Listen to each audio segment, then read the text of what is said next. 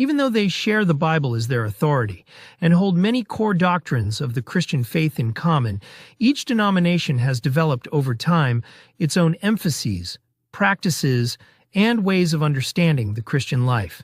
And that is why, in this video, we are going to talk about the main differences between Pentecostals, Baptists, Presbyterians, and Methodists. A good starting point for understanding these differences is to know the origin of each group. Presbyterians have their roots in the Protestant Reformation of the 16th century, especially in the ideas of John Calvin and the later development of the Reformed tradition.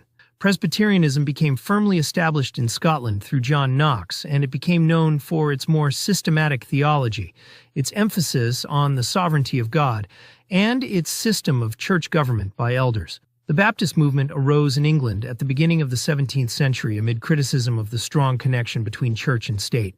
John Smith, a central figure in this process, influenced by Anabaptist ideas, came to reject infant baptism and to argue that baptism should be reserved for those who consciously profess faith in Christ. In 1609, while leading a group of dissenters seeking religious freedom in the Netherlands, he organized the first known Baptist church, establishing the marks that would continue to define the movement from that point on: believers' baptism by immersion and the autonomy of the local church. The Methodist movement also arose in England in the 18th century through the work of brothers John and Charles Wesley and other preachers such as George Whitefield, as a response to the need for spiritual renewal within Anglicanism. From the beginning, it stood out for its emphasis on personal salvation, holiness, and a practical and living Christian experience.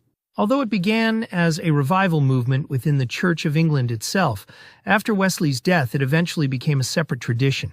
In addition, its strong emphasis on spiritual experience, revival, and the pursuit of a deeper Christian life greatly influenced the later rise of Pentecostalism.